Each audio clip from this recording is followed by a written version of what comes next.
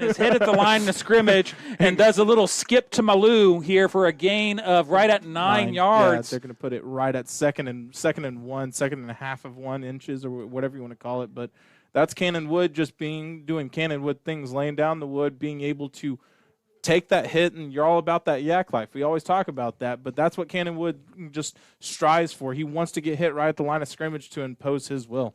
Yards after contact, one of those unsung heroes of the stat world. Here we go. Handoff is to Wood, looking to get the first down. Needed 1, got 3. And so 1st and 10 coming up. As best as I can tell, that's a 25-yard line is where he's at. Yeah, I'm going to say that's the 25 because the next one's the 20. It has yellow marking on the for the red zone. Definitely the 25. Yeah. I'm glad we all agree. They're not even updating the scoreboard because they, just like us, they can't even see what's going on. No. Yeah, they're just like, it's first and whatever. 25, guys. Set the 25. Got your back. Got your back, yo. Looks like that is going to be the end of the first quarter. First quarter in the books here in Midwest City. 15-15 is your score here at Snowmageddon. Crossover Radio Sports simulcast on Squirtle. We'll be right back right after this quick message. Stick around. For more information.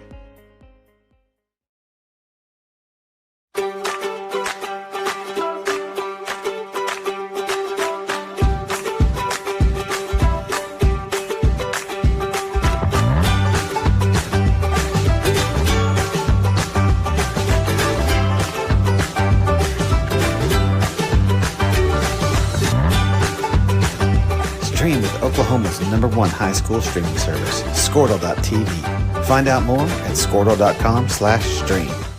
Radio Sports Talk with a Purpose, simulcast on Squirtle. And if you're just joining us on Squirtle, sorry for some of the technical issues.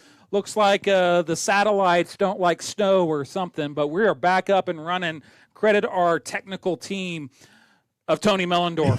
Yeah, absolutely. I've been stressing over here. If you can't tell on the radio, you can't tell on the broadcast, but I've been over here stressing trying to get this thing up. So I just checked. We're live. We're running. So we're good to go now. Excellent. So glad to have you guys on Squirtle. Thank you for your patience as we got that figured out. If you're just joining us, second quarter coming up, tied at 15. Piedmont, though, does have the ball. 1st and 10 of the 25. Mars under center. Handoff is to Wood. Finds a hole, but is bottled up. Not before a gain of, let's call it 4 on the play. And once again, the conditions playing right into Piedmont's hands. Absolutely, and that was a little friendly fire there as Cannon Wood ran into Colton Lucian. He had a little bit more room. He could have probably got maybe 4 or 5 more yards on that first down run, but ran into his own guy. Second, and let's call it 6 on the play. As they get lined up here, Mars under center. And it is a option play to Houston on the right side. Gets another, let's call it 5 yards on the play. Going to bring up 3rd and short as one of the first runs we've seen go to the outside there, Tony. Absolutely, and that's their bread and butter. They'll dink and dink right up the middle. They'll go north and south all night long, and then they'll hit you and try to outflank you. Nice positive gain there. Let's see if they go back to that quarterback sneak play here to try to pick up a yard. 3rd and 1 on the play. Ball right at the 16-yard line. Need the 15 for the first down. Handoff left side to Wood, and he finds some room. Needed 1, got 3. First down coming up as they get just about exactly what they needed on that third down carry. Absolutely, and per usual, Wood was stopped at the line of scrimmage, and he fought through the tackle and was able to fall forward for the extra couple of yards there to get the first down. 1st and 10 coming up. Let's call it the ball on the 14-yard line as best we can tell here in the Snow Bowl here.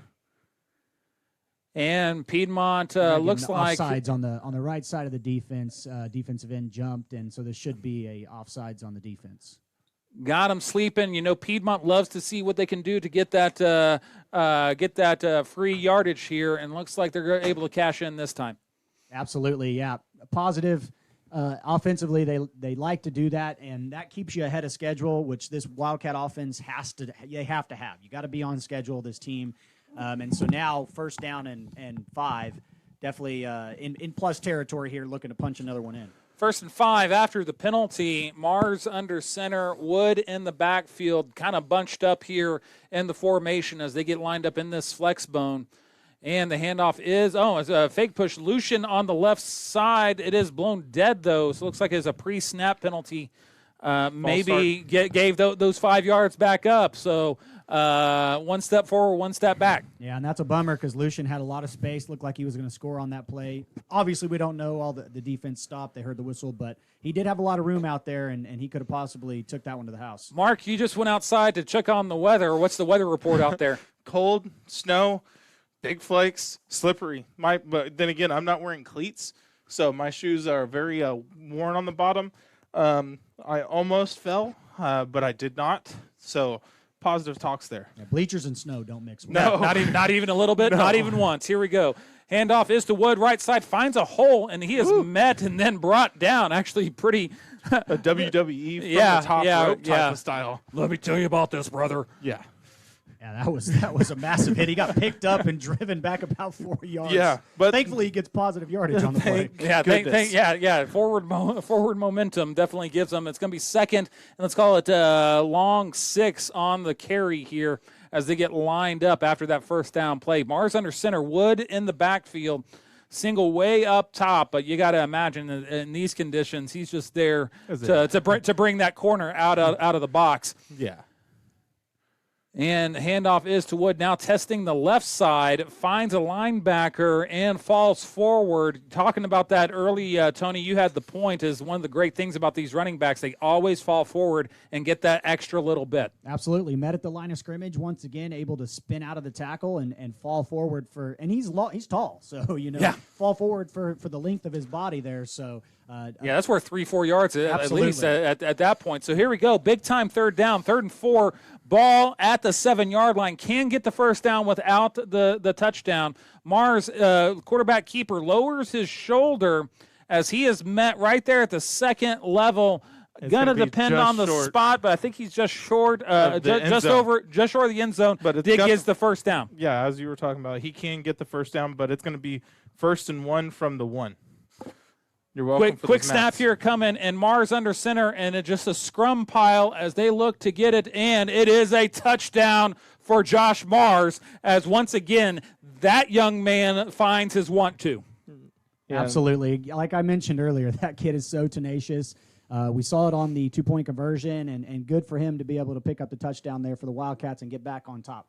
Yeah, it looks like they're going to go for the field goal for the PAT this time instead of going for the 2 points.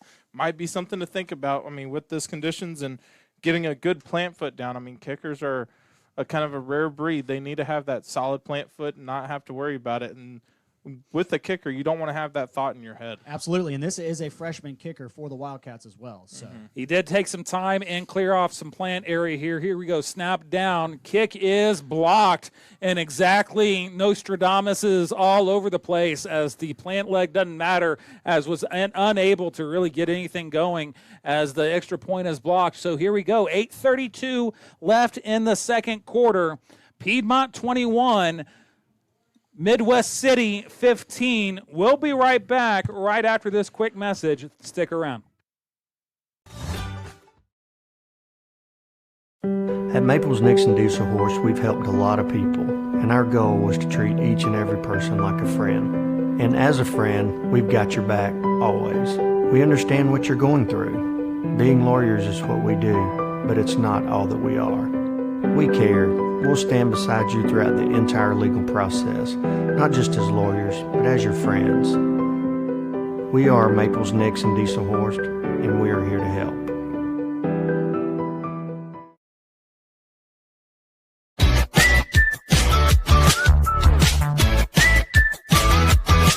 Here, 21-15, 8:32 left in the second quarter as we are in a snow globe. Mark, make a comment. I mean, we're crediting those field guys. Yeah, I was going to say the Midwest City field cleaners were doing a fantastic job, but the problem is this snow's falling so fast that even the yards that they were clearing are starting to get covered right back up.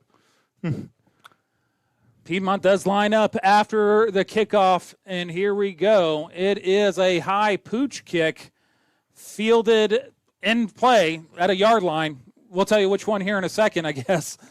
And minimal gain. Let's call it a gain of 7 on the play. As let's call it, I think that looks 30, around the 40, 30. Yeah, 30, the yeah. 30. Between the 25 and the 30. It looks like, or 35 and 40, my bad. Something around that area. In the general vicinity of somewhere in the 30s is where Midwest City takes over 1st and 10. and Mark, Tony, I mean, let's talk about it here for a second. That missed PAT, do we put that in our back pocket to think about it later, or do you think that we're going to maybe pull away where it's not going to matter? No, I think you definitely think about it, just like we were talking about how that 2 points mattered, and then, of course, Midwest City answered that, like you mentioned, punch, counter punch. I think that comes into play, and I think that you think about that moving forward, going for 2 every single time, because I think you cut your losses. If you're going to miss the PAT anyways, you got a better chance in this condition, I think, to get the 2-point conversion than you do to get the extra point. Yeah, I think that's right. This isn't 2001, and that's not Adam Vinatieri over there. Anyone? Yeah. Bueller? No, I got Yeah. it. I got Okay. you. I got you. Okay. Yeah, where he cleared off the one spot, but it was also under 6 inches of snow whenever he was able to kick it. Yeah. And Midwest City taking over 1st and 10 and caught ball pushed back to the 25-yard line for whatever reason. I didn't catch. I didn't know there's a penalty, but that is blown dead again. False start coming in 1st and 15 after the procedure penalty. Midwest City acting as their own worst enemy here. The one thing I was going to say is we've been seeing some false starts. The thing is whenever you're an offensive or offensive lineman, you're down there in your stance with the slick ground. You have to be very, very careful not to twitch, not to do anything. And so that's where you as a quarterback, you have to get to the line and snap it quickly so you don't put your guys in that situation. 1st and 15 coming up. Shotgun formation, handoff to the left side, finding some room, but not much. 2nd and let's call it 13 coming up after the gain of 2. That looked like Rogers on the carry. Yeah, and a nice tackle there from Ryder Jones and finished by Brogan Hardy. So good tackle, not letting him get out of that. And, 3 yards, you live with that all day. Check that. That was Laviolette on the carry there. 2nd down coming up and designed run for.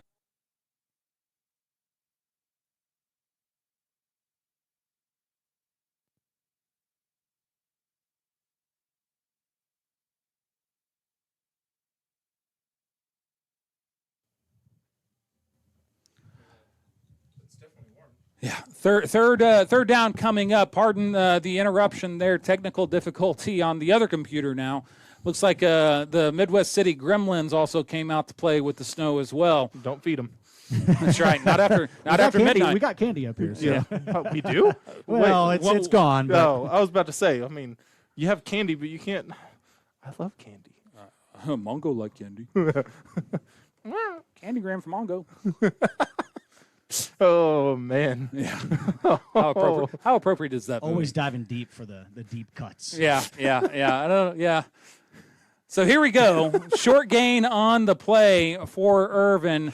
Let's call it 3rd and 13-ish, I think. There was a penalty. It was declined, so it's going to be 3rd down now. Yeah. So they're going to go ahead and take the play and click over the down. And there we go. Gonna get 7:50 left here. Piedmont up 6. Irvin in shotgun formation. Designed run, testing the left side. Tyson and Sanford gets back to just over the original line of scrimmage. And so, ladies and gentlemen, I think we're going to see a punt. Would be our second one of the evening. Yeah, you're in negative territory here, and you don't want to give the Wildcats, especially the way the offense has been playing the ball back in plus territory like this. So I agree with the decision here. Lining up for the punt. Keep an eye on this. Irvin, the speedy quarterback, is also the punter. And so definitely want to play a little punt safe here if you're Piedmont to make sure you don't get caught napping. Punt is away. High spiral kick. Bounces at the 40. Takes a Piedmont bounce down at the 41. That is where they're going to take over. Staying here as they get little line changes here. We're about halfway through the second quarter, gentlemen. And right now, you got to think that this game script is starting to fold into Piedmont's favor. Yeah, and I was going to say this is probably a buy one get one feel here with about almost 7 minutes left. This is where I would look at a Piedmont long, like we were talking about pregame, those 7-8 minute drives. Let's have this a very long drive. Let's get some points on the board. But the one thing that we do is we're going to get the ball back in the second half. Absolutely, because so I agree with you there. But so far they've just had these. We talked about long drives. They've scored these big bombs, these run plays they've had. So we'll have to see what the play calls here. Robles back in the backfield now as they trade off here, and the handoff is to Robles, testing the left side. He's got a hole, and there is nobody that's going to catch him unless he has ice skates. That is all the way. House call, Izzy Robles. How about we just go ahead and buy that one now and don't worry about the time? What do you think, boys? Yeah, I just said it, didn't I? Yeah. I was going to say that. You know what? You want to know a weird fact though for you?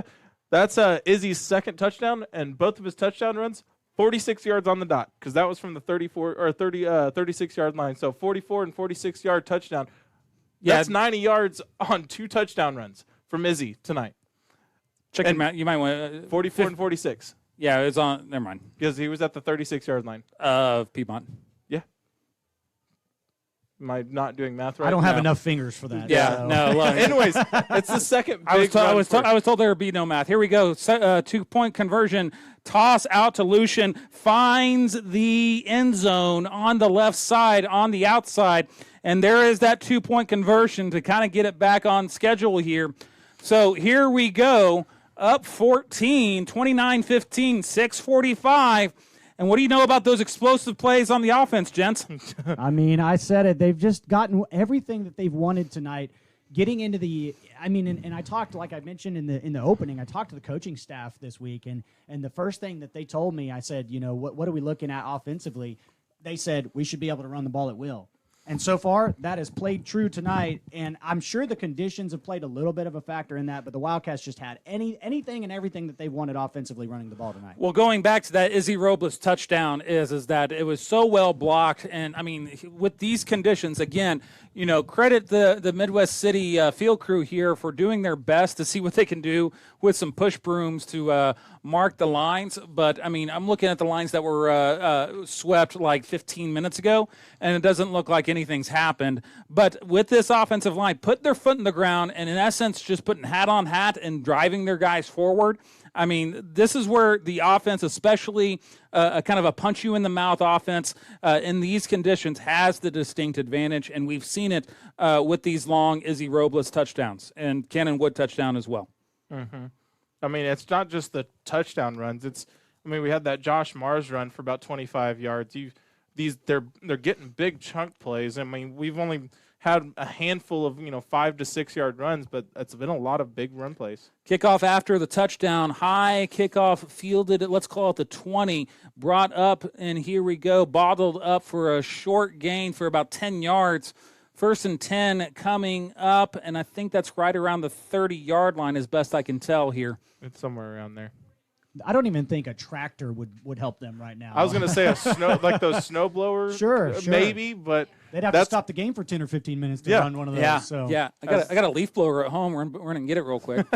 Is it battery powered or gas powered? Somebody call my daughter and tell her to run up here. Oh yeah, she's driving now. That's scary. Kind of. Kind of, yes, yeah. But still, it doesn't seem like it. No. Yeah, here we go. Anyways, Irvin in the shotgun formation, bunch formation, kind of this jumbo package, and the handoff is up the middle. Boom. Big hit up the middle. Nothing doing on that first down play for the short game, but I tell you what, he paid for it. Cannon Wood peacocking all over the place there. Yeah, doing it both sides of the ball, offensively, defensively, it doesn't matter. He stood tall there and laid the boom. Yeah, that was a hit that made the helmet for Midwest City kind of stop for a second, and we've seen that from Cannon Wood. I mean, he's just as good of a defensive player as an offensive player. Irvin in the backfield again, shotgun formation in this jumbo formation. First pass that we're going to see, and it is almost caught, as it almost looks like the receiver lost it in the snow. But almost had kind of a Willie Mays style over the shoulder catch. Nothing doing though.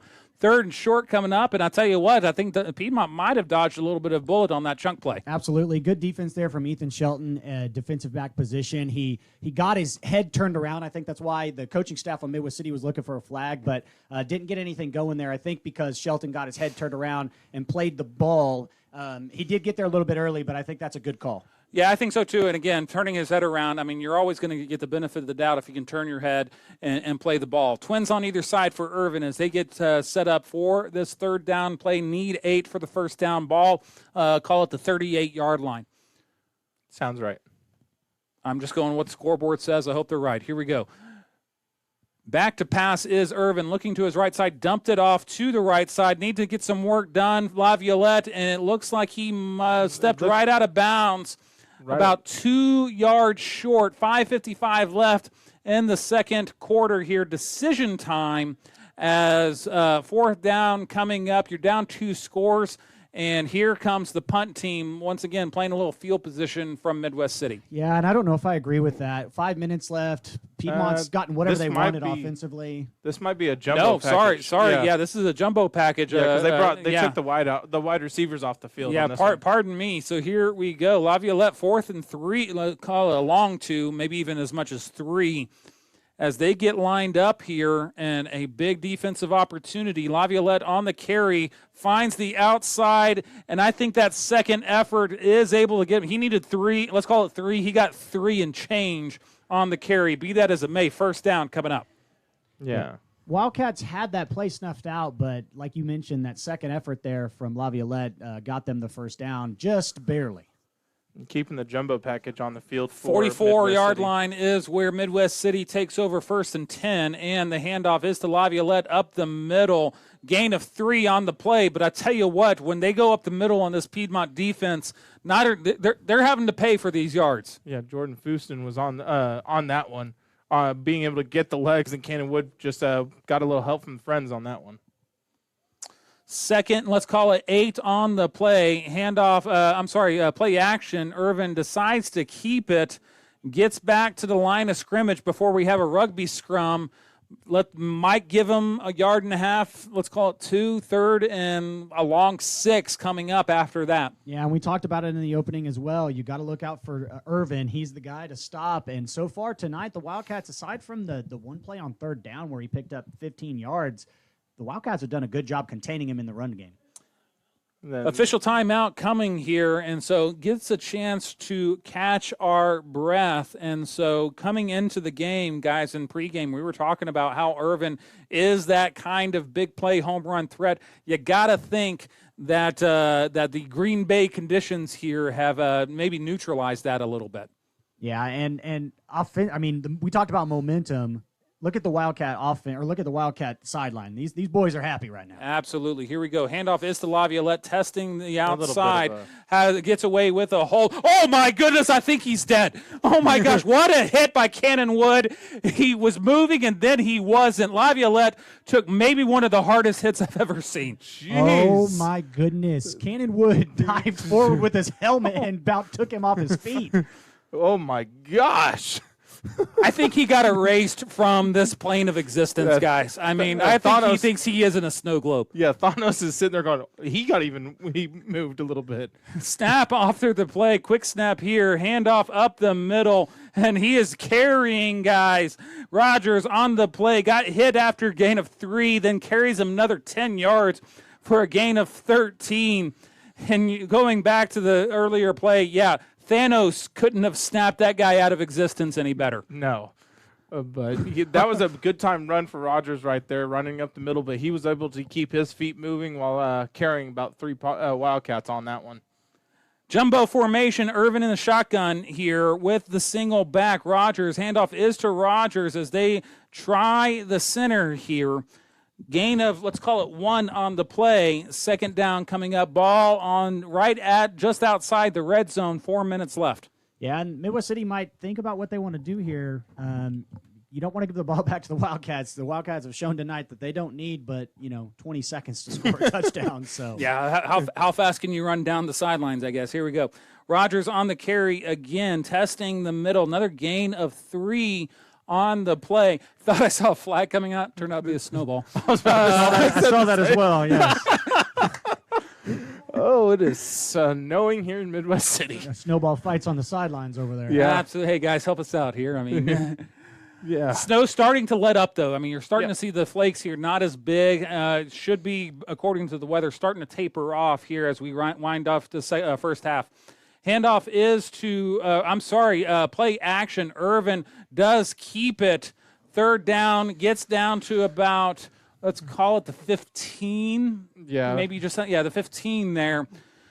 Gain of about 5, needed 6. So here we go, fourth and a long one coming up after this. And since they've already gone for it, you got to think they're going to go for it again. Absolutely, especially in plus territory here. Yeah, so Wildcats looks like they're going to call a timeout here and think about it. Wise timeout here as a big fourth down coming. And you talk about momentum changers here. If Piedmont can go ahead and stop them on fourth down, we're going to take a break with them. Crossover Radio Sports. It is Sports Talk with a purpose here in Midwest City. We will be right back right after this. Support your school's booster club and get your business in front of thousands of potential customers. Talk about a win-win. Advertising packages start on this streaming station for less than $10 a game. Call 405-726-0835 or email adam@squirtle.com right now for more information. Now is the time to protect your family with Pioneer Smart Wi-Fi. Internet security is becoming more of a fear every day. Protect your family against malware. So, guys, 4th down and 2 coming up as they continue to talk about what's coming up. We're coming back out of the timeout. And, guys, I mean, you got to think this is one of those big plays coming up that does Midwest City get back into the game or does Piedmont put it away? Absolutely, especially like Mark mentioned, we get the ball to start the second half, so this could be a huge momentum shift. Already had one chance to get off the field on 4th down in Midwest City territory. Now Midwest City's in your territory. If you get off the field here, especially the way your offense has been playing, 2:52 left, definitely could go score again and then get the ball to start second half. That would be huge. Agreed. I mean, pretty much said everything. The one thing I will say after this play as well, but something about Irvin I've been watching that they kind of keep an eye out for, but after this play. Shotgun formation in that kind of jumbo set here. Irvin testing the left side. He's got 3 blockers in front, puts his shoulder down, does get the right gets the first down by about 4 feet. Yeah, but the one thing about Irvin I've been watching on these play action passes, they're confusing you, but the one thing he's doing, he's holding onto that ball almost to the very last second to read the play, and it's kind of making the Wildcat linebackers shade one way instead of staying in their zones to stop that Irvin run to the sidelines. And so that's something we have to kind of keep an eye on with this with the snow starting to let up. 1st and 10 coming up just outside the 10-yard line. Can get the first down without the touchdown, but not by much. Handoff is to Rogers as he tests the middle again, rolls out a 1 tackle, but spins right into another as he gets stood up. Paul's called dead there. Second, gets a gain of, let's call it 4 on the play. 2nd and 6 coming up. Yeah, and that was just a run for, just they're trying to stay on their schedule on this drive of keeping the ball moving, but also I think they're just wanting to keep the clock moving as you were talking about earlier, of making it to where Piedmont has as little amount of time as possible. Jumbo formation again. Here is Irvin Rogers on the carry once again, crosses the 5-yard line, dives close to the end zone. Going to mark him right at the 1, right at the first down marker. Looks like he might be a touch short. Like I said, there's like half a yard difference between the first down marker and the end zone here. So 3rd and half a yard coming up and 3rd and 1 for the end zone. I would see probably an outside run on this part to probably that far side of the field. There's not a whole lot over the top. There's a lot to this near side for Piedmont. Yeah, actually stacked up on the right side here. Rogers handoff up the middle and follows that stack, dives forward, and that is a touchdown. So Midwest City able to maybe show a little bit of life here and see what they can do about getting one of those touchdowns back as they punch it in here. Yeah, nice second effort there from the running back. He was stopped right at the line to gain, and he kind of squirted out of the tackle and dived forward for the touchdown there. The offense is staying on the field for Midwest City. Yeah, I mean, it looks like that Midwest City might have learned the lesson from not only from Piedmont, but seeing what they can do about maybe pressing their advantage here. So stacked jumbo formation. There's basically two fullbacks on the right side as Rogers now shifts to the right side. Irvin keeps it on the right side and is swarmed by a host of Piedmont tacklers as nothing is doing on the right side as they key on the stack and able to shed their blocks and stop them to keep them out of the end zone for the conversion. That's the same play they ran earlier that picked up the first down on 4th down, and they had the big package in there, had blockers in front. Wildcats did a good job of adjusting and basically keying in on that play, like you mentioned, to stop them from getting the 2-point conversion. So here we go. 1:11 left in the half. 29-21 is your score after the failed first 2-point conversion. Snow now is at small flurries, if anything, and so you got to think that now that the snow's starting to let up, perhaps the conditions will also start improving, and we'll start to see a little bit more of the opening up of the offense. Yeah, and I went ahead and made a quick look at the weather. It looks like all the snow, it has moved east. There is no more snow happening. So at halftime, I'm sure the field crew is going to be able to clear out some of this snow, at least off the yard lines. But this will make it to where you're going to be able to see, Izzy being able to bounce those outside and those pitch plays to Lucian and stuff for the second half. But to go into halftime. But here's the thing. My question is, why would you want to? I mean, when you're just running right up the middle with Izzy and you put a hat on a hat, that seems to be working well even right before the snow got too heavy. So here we go. Kickoff after the touchdown. Fielded right there up, and that is Houston gets up forward momentum. They're still pushing there. They let that one go for a little bit. About the 33-yard line as best as I can tell as we're starting to see yard markers here. Midwest City field crew starting to help us out, which is much appreciated because there's been a lot of guessing as far as where the field position is. Absolutely. He was stacked up at the 25-yard line there, and like you mentioned, they didn't blow the whistle, and he was able to fight forward for a good 6-7 yards positive there. So nice return there for the Wildcats. 1:03 left, and I bet these first plays or two are going to dictate what Coach Hall wants to do. Whether or not he wants to see if he can get one of those buy one, get ones, or if he's content taking the 8-point lead into the locker room. So here we go. Mars under center, Izzy Robles, who has had 2 long touchdowns in the backfield. Midwest City going to go ahead and take a timeout as I guess the very presence of Robles has scared them into wanting to talk about it. Crossover Radio, it is radio with a purpose. Brings you Piedmont Wildcat football. We will be right back right after this. Stick around. Viruses, intrusions, cyber attacks, and more. Modern internet deserves modern security. Get the best of both worlds with Pioneer in-home Wi-Fi and the Smart Wi-Fi app. Download the Pioneer Smart Wi-Fi app today or visit gopioneer.com for more information.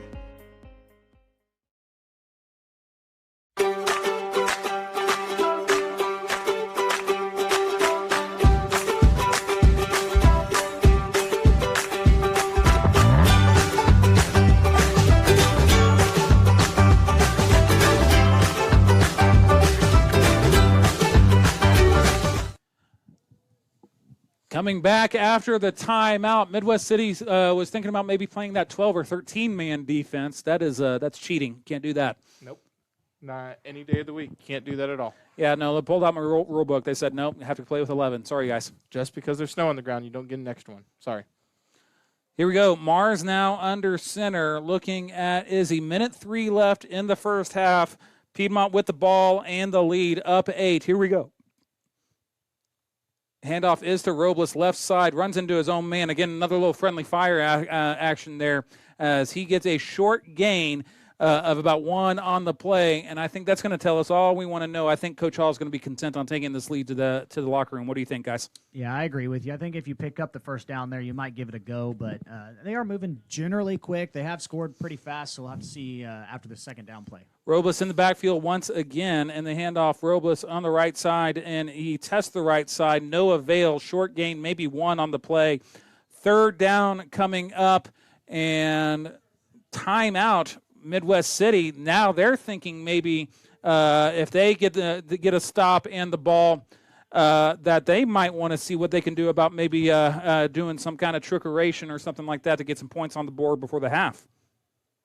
Well, that's, something that I was kind of wondering there on that second down play for Piedmont. They ran to the line of scrimmage, and at that first down, you gained maybe a half a yard.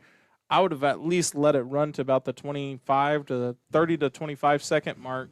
That way, when you ran another play, you either had a chance to, maybe call your timeout and do something deep or run the clock out. But now that this is going to be with Midwest having one timeout left. If you run it here, looks like Midwest City will get the ball back with about 25 seconds left. Here we go, 29 seconds left in the first half. Piedmont again, 3rd and let's call it 8 with the ball and the lead, but Midwest City seeing what they can do about maybe making things interesting going into the half. Wood in the backfield with Mars under center, seeing what they could do, maybe getting some cheap 5 yards there, nothing doing on the Midwest City side. Mars under center once again with the play, so here we go. Handoff, testing the left side, Lucian. He's got hole, and he gets the first down, spoiling Midwest City's effort to maybe get some cheap points. 1st and 10 as he crosses in the midfield, and that very well may be, clock stops when they rolled. Piedmont does not have to snap the ball here before the end of the half. Yeah, but they're going to call. They're going to call a timeout to see if they can maybe get some cheap points. Yeah, and I want to just point out there, the end of that run, Lucian had a chance to get out of bounds there to stop the clock. Instead, the mentality the Wildcats have had all night, we talked about punches, counter punches. Lucian wanted to throw his own punch there as he finished that run with authority and ran a man over. Mm-hmm. I was going to say that run over at the end of the play was definitely something that he was trying to prove a point there. And he could have went out of bounds, and that's something, Coach Hall and a company on that far sideline might have told him, hey, if you get the ball now and you're on the sideline, just step out of bounds. Let's have another down instead of letting this clock run.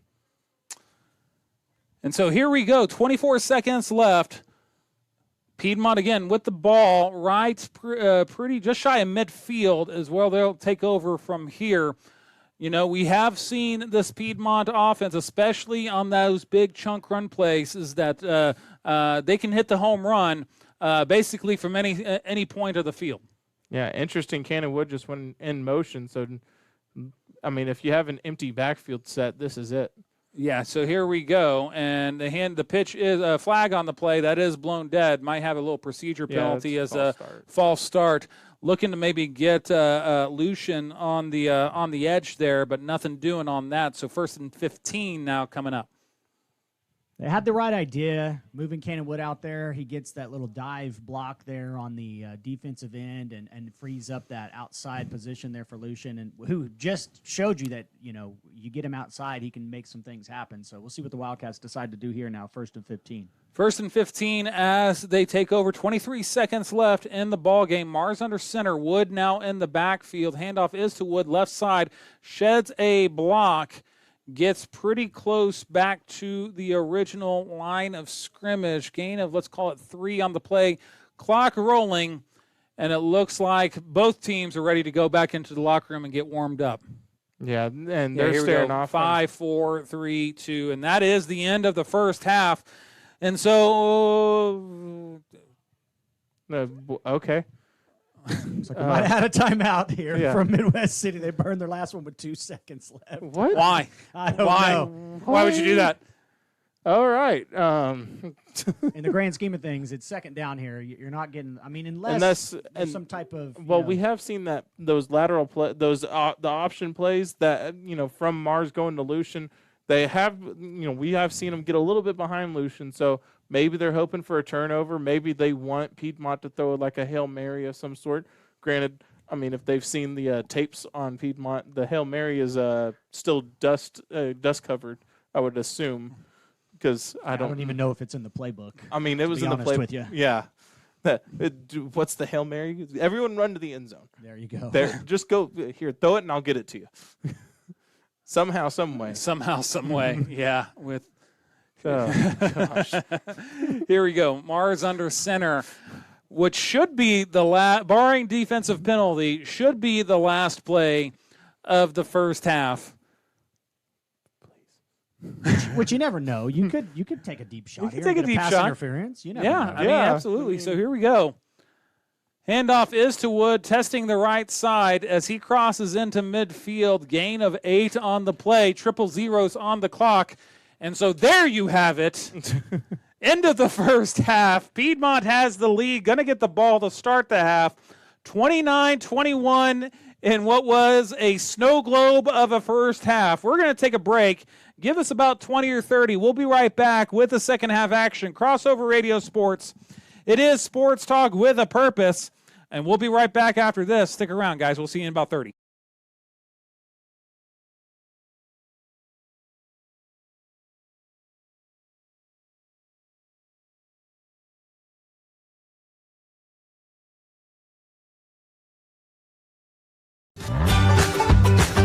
Stream with Oklahoma's #1 high school streaming service, Squirtle.tv. Find out more at Squirtle.com/stream.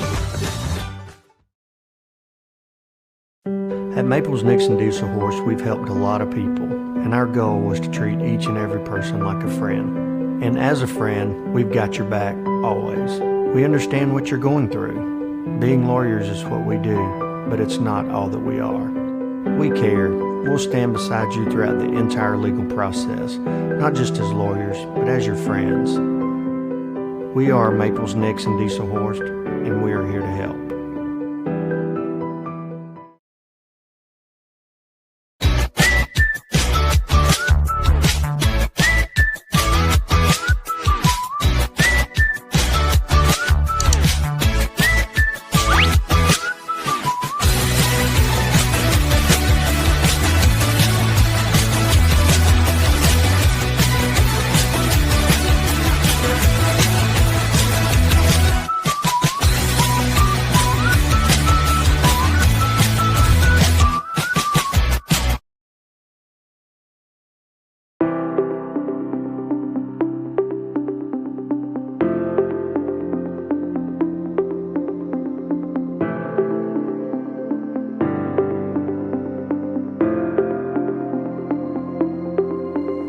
Is it time for your school or business to purchase a new phone system? Give the experts at Versatile Networks a call. In most cases, we can provide a phone system with brand new phones for less than your current monthly bill. Call us for a free quote today.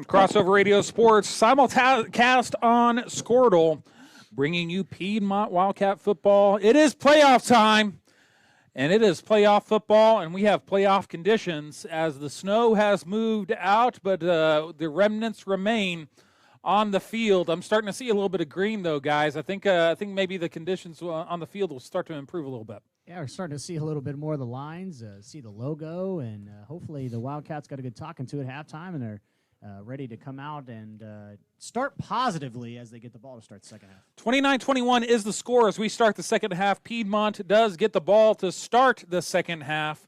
And, guys, I mean, I don't think I'm telling tales out of school here when I tell you that this is one of those killer instinct drives that Piedmont would need to come out and in essence say, hey, Bombers, you've been hanging around, but now it's time to go ahead and build this margin of our lead in a way that we're going to keep you at arm's length. And this is where the battle starts, as you also were going off on that. This is where basically this team comes out and continues that tenacity that they ended the second quarter with, and brings it into this third quarter, this second half, and just I would expect we always talk about the grueling 6-minute drive, but it could be a 1-minute drive, with a 48-yard touchdown run. Who knows? But this is where you have to, as you said, just come up and put foot to throat essentially. 100%. Yeah, I mean, killer instinct here, and especially with the playoffs. I mean, the ball takes funny bounces sometimes in the playoffs, so you don't want to even leave the door even creaked open. So here we go. Ball's teed up for the second half kickoff. Squib kick that is fielded. Hit right up the middle, fielded by the shortstop.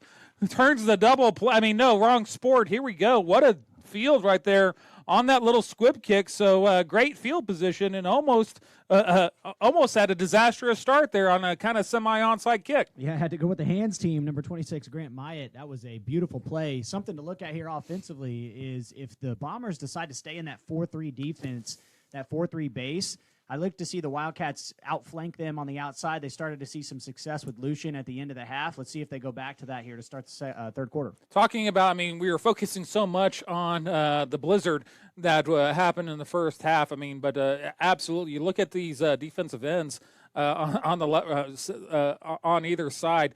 6'5 plus, 320 plus here, and so looking to maybe get those guys maybe in some wind spreads going east and west here. So here we go. Mars under center, Wood in the backfield. Handoff is to Wood left side, and he's got a big hole, and he is off to the races, picking up exactly where we left off with the big chunk plays. Call that a gain of 35, first down, and that's exactly how you want to start. Yeah, and right up the center, kind of went between that guard and tackle on the left-hand side, and was able to get to the second level, third level, and get a solid 20-yard gain or so. And that makes it to where, we always talk about Cannon Wood, how punishing he is, but this is when Cannon Wood really starts to go into his own form. 1st and 10 coming up, and now right side for Cannon, and he's testing that right side, slung forward, probably gets another 2 yards on the sling there. Second, and let's call it 4.5 coming up after the first down carry. Yeah, and it's a great play there. Once again, going back to Wood, like to see a little bit more, like I said, getting outflanked. But like we mentioned earlier, when everything's going well, I mean, you might as well not stop doing what you're doing. Absolutely. So here we go. Mars under center once again. Wood in the backfield. One receiver up top. Handoff left side to Wood. Falls forward very close to first down yardage. Going to be spotted, I think, just shy. 3rd and 1 coming up as they're now operating pretty deep here in Bomber territory. Yeah, you got 2 plays here. You would definitely go for it on 4th down and plus territory. So just got to pick up a yard here in 2 plays, and the Wildcats definitely can do so. Kind of a jumbo package here as they line up. Wood very close, and so Mars kind of gets shoved by Wood. Needed half a yard. Looks like he got about 3/4 of a yard. Yeah, they're going to everyone is saying it was a first down, but the one with the white hat is saying, I don't know if this is a first down. He was driven back, but I think his forward progress should give him the yardage here. Yeah, they're going to. Yeah, Bombers are making the case that maybe they stood him up tall here, and so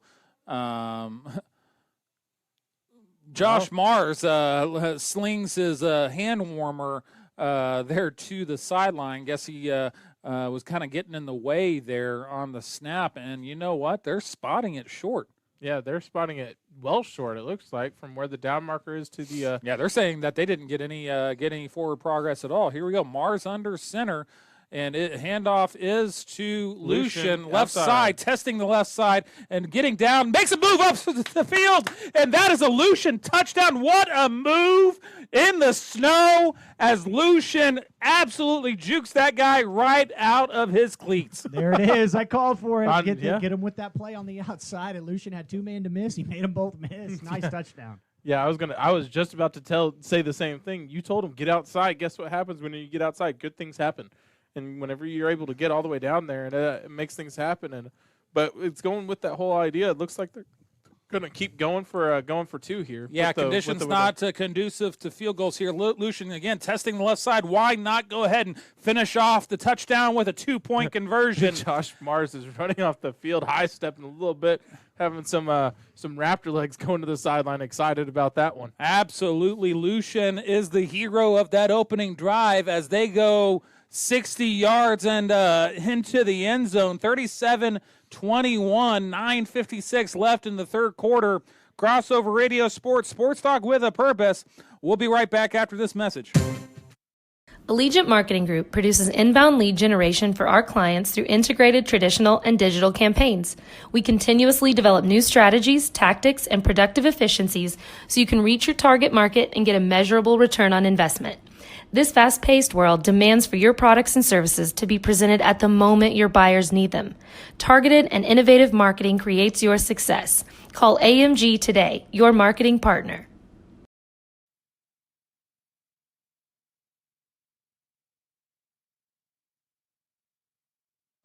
Radio Sports Talk with a purpose, and here we go. You couldn't have made to order that opening drive any better than what you just saw out of Piedmont. Yeah, and what set that up is going to the middle, north and south, the big play from Cannon Wood and back-to-back plays. You go to them, middle. They're thinking, okay, they're going to try to sneak it again here. They're going to go up the middle. No, we're going to outflank you. We're going to get on the outside, and we're going to just get a touchdown out of it. Lining up for the kickoff, squib kick right down the middle, and it is bobbled and then fielded right there by Midwest City as they fall on it wisely to just live to fight another day. No gain on the return as they kind of fall on it there. And so that is where they're going to take over 1st and 10. Looks to be about the 25-yard line. Yeah, I was going to say, that's around the 25, 24-yard line mark. Looks like it. Might be.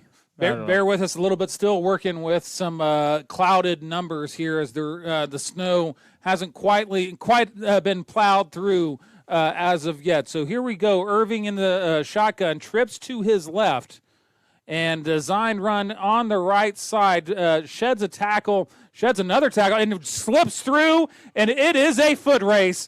Nobody's going to catch him. Midwest City immediately answers the first big run all the way to the end zone, 75 yards. And there's the big play we've been fearing all night and why it's important to build that cushion of a lead on that opening drive. Yeah, there he is, D'Angelo Irvin. Not sure how he snuck through there. He had like 5 or 6 guys, and he just sneaked right through, and he showed you his breakaway speed there as nobody was catching him. Yeah, he was gone. They get lined up. I would imagine that they are going to match pound for pound here and go for 2, and that's exactly what they're lining up to do in that kind of jumbo formation that we've seen. Testing the left side. Here is the handoff on the RPO. Cuts upstream, hold that's missed. Yeah. Be that as it may, 2-point conversion is good.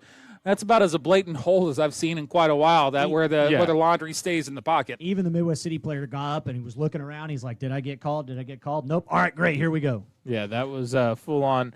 You sit there. I'm going to put you there for a second. But so just like that, lightning strikes as Midwest City scores on their first touch of their first possession of the second half. 37-29, 8-point game, 9:41 left in the third quarter. We'll be right back. Dr. Matt Dieselhorst at Dieselhorst Sports and Orthopedics can help you get game day ready. Dr. Dieselhorst works with athletes of all ages, taking a coordinated approach to accelerate return to play and maximize athletic performance. His work with pros in sports training, injury prevention, bracing, functional rehabilitation, and imaging works seamlessly with his medical and surgical expertise. Get started by going to Dieselhorst Sports and Orthopedics. Let Dr. Matt Dieselhorst get you back on the field, backing all Oklahoma athletes on the field and off.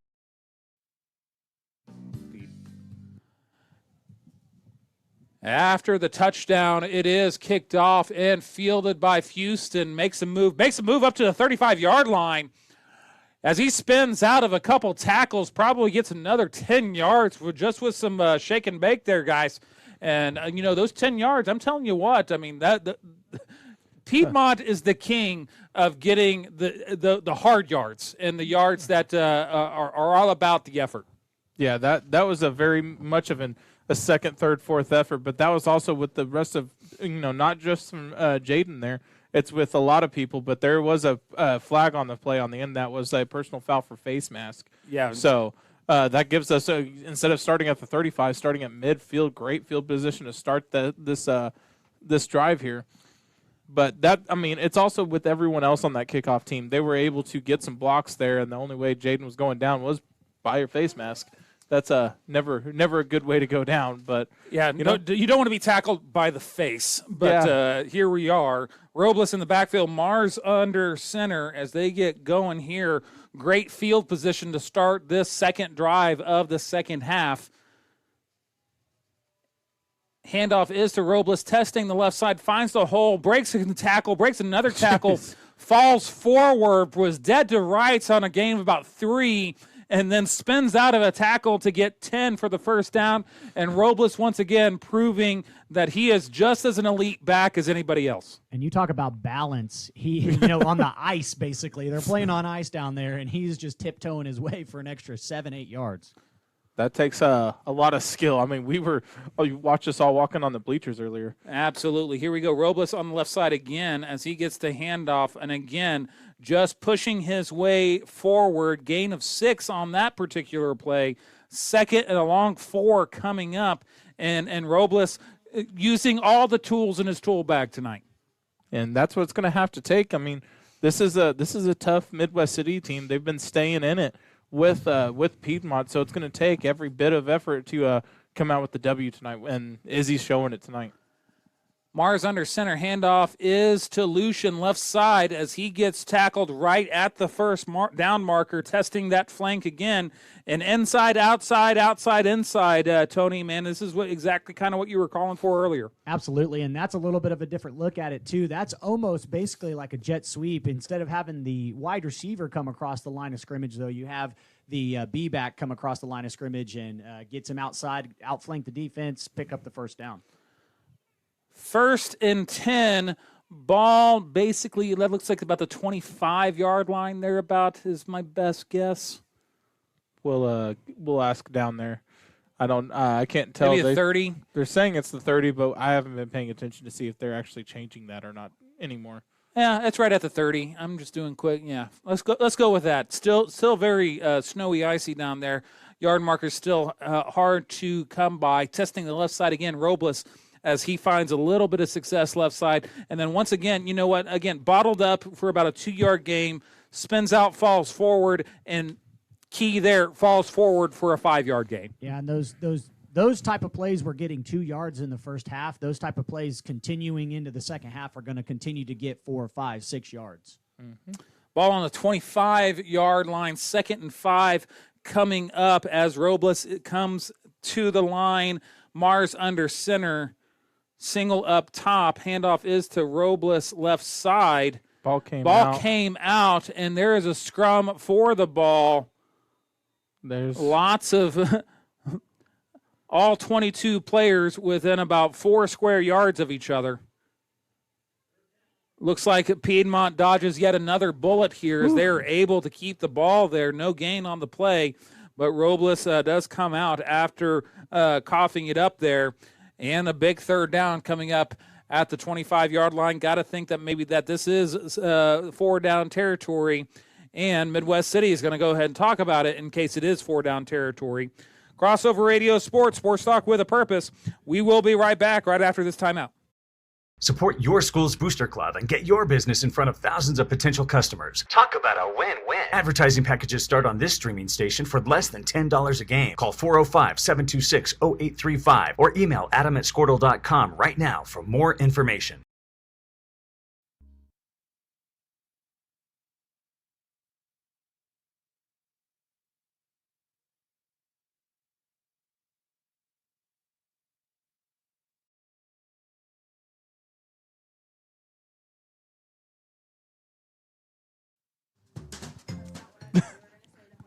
Third and 5 after the timeout coming. We're being so joyful up here. All right, hop on this Yuletide joy as some of us embraced decorate right after Halloween if you want to make your wife happy. Yeah. Got the tree up already? Two of them. One of them. Oh, I thought you put the second one up too. Not yet. Not yet. Okay. She had to go out of town before we did that one. Yeah. Mars under center. Wood now in the backfield, and the Mars fake handoff to Wood makes a move. Juice the defensive end, Gone. left side, and he is pushed out of bounds right at the 5-yard line. And I tell you what, the defensive end must have thought that Josh Mars was a ghost because he was grabbing at nothing but air. Yeah, and I think the defensive end was put in a bad position there because Mars was actually looking to pitch the ball, and a heads-up play there for him to say, "Oh, I can't pitch the ball here. It'll be a turnover. I'm just going to get it myself." Yeah, because I think that was Lucian for his pitch man, but his pitch man was his lead blocker at that point.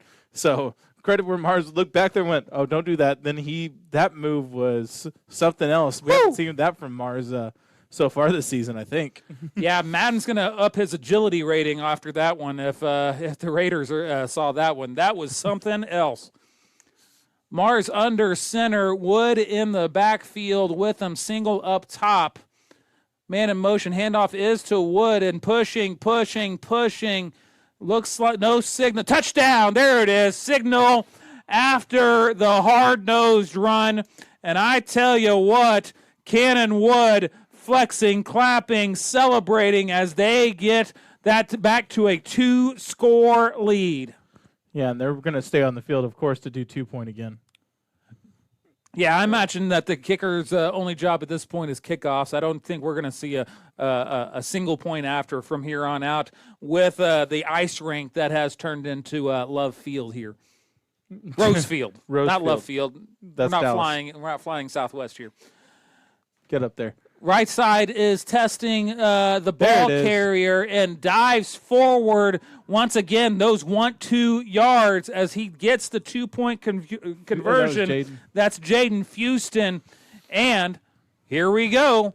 Punch, counter punch. We saw it in the first half. Looks like it's carrying over to the second, gents. Yeah, go ahead. I was going to say that's punch, counter punch to counter punch. Correct? I mean, we're I've lost count at this point. Hey, I was told that there would be no math. Yeah, I didn't have enough fingers earlier. I definitely don't have enough fingers now. No, but I got some toes. I might have to start counting with those. No, but it's too toasty cold right now. I was going to say it's too cold outside to start counting toes. Absolutely, something to look at, and I've been noticing this. And I don't know if the Wildcats will ever go to this because they're getting everything they want offensively running the ball. But the cornerback or the defensive back for Midwest City seems disinterested on Lane Whitworth. And we've saw what Lane can do offensively catching the ball for this Wildcat offense. So I'd be interested to see if the coaching staff cues in on that.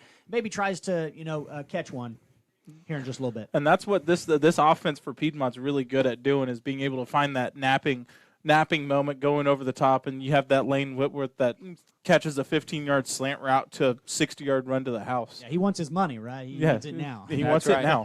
You're welcome for that one. I do appreciate that one. That's a good one. It might be my favorite of the season. I'm not even going to lie with you guys. Squib kick on the kickoff after the touchdown, fielded by Midwest City, and they get about 10 yards after that, and the scrum pushes them another 5. Thought that they went ahead and whistled that dead after forward progress, but no, they went ahead and let the rugby play move on. So 1st and 10 at the 40. 44-yard line. Yeah, 44, 45, and you read my mind. I think you get out of my mind. I was thinking the same thing. It looked like rugby down there. Well, they're just letting them play this evening. There's been about 4 or 5 different moments of the game so far where you've had that rugby scrum that they didn't whistle dead. So might be a little bit pushing and shoving coming up soon. Trips left for Irvin as he is in the shotgun, and design run on the right side for Irvin. Finds another crease and getting to the sideline, makes a move, makes another move, cuts it up to the sideline, down to the 25-yard line where he is brought down with authority. Be that as it may, it's a 30-yard gain after that. And Irvin is starting to enjoy a little bit better traction as the snow begins to get moved and melted. And we're back to shootout territory here as both these offenses just moving the ball at will. Quick tempo here for Midwest City. Irvin trips to his left once again. Running back comes into the backfield, and the handoff is to him. Testing the right side, cuts it to the left side, breaks a tackle, breaks another tackle, and that is a touchdown for Laviolette as he's had a couple big breakers as well. And counter punch to the punch. Yeah, I was going to say that's a counter punch to the original punch. And if you carry the 1 and multiply it by a power of 3. That's crazy because cats don't wear tuxedos. All right. Hey, I'm just the one that's reporting the news. Okay. All right. Well, let's with the Pythagorean theorem here, right? And A squared plus B squared is C squared. That's right. Math checks out. So Newton's third law: for every reaction, there's an equal and opposite reaction, which plays true. And here it is, too, because here comes the 2-point play. RPO testing the left side, needs the corner, and Piedmont defense denies him the corner. How about motor over there? Jacob Anglin takes the motor and rides him all the way out of bounds to deny him the points. Yeah, and that's so positive, isn't it? I was going to say, that is a big-time thing. So that makes it to where Piedmont has a 10-point lead, which is a 2-score game. And that's big time for this Piedmont offense. That way, if they do go down and get another touchdown and possibly even another 2-point conversion, even that, that's a 3-score or a 3-score game, and that is so much more momentum. And that 2-point, yeah, they were able to run down the field and everything, but that 2-point play is going to have so much more momentum going forward. Having that stop, I mean, you haven't been able to stop him. You haven't been able to stop him, but you stopped him when it counted, and that's going to give that defense just a little bit more pep in their step when they get back on the field. Yeah, and I don't think Newton's very happy with me right now because I said for every action, there's an equal and opposite reaction. We had the 2-point conversion. They didn't, so. Didn't play true there. Yeah. Jacob Anglin looked at Isaac Newton and said, hey, come at me, bro. Hey, take your apple and go away. That's right. No, Apple Day keeps me from punching you in the mouth is what's going to end up happening. Wow. Jacob Anglin's angry. Yeah, he's got that motor, though, man. I'm telling you. Yeah. The score update here for you. McAllister on top of Collinsville, 14-12 in the fourth quarter. The winner of this game is lined up to play the winner of that game. So here we go. Teed up for the kickoff. Kicks it deep.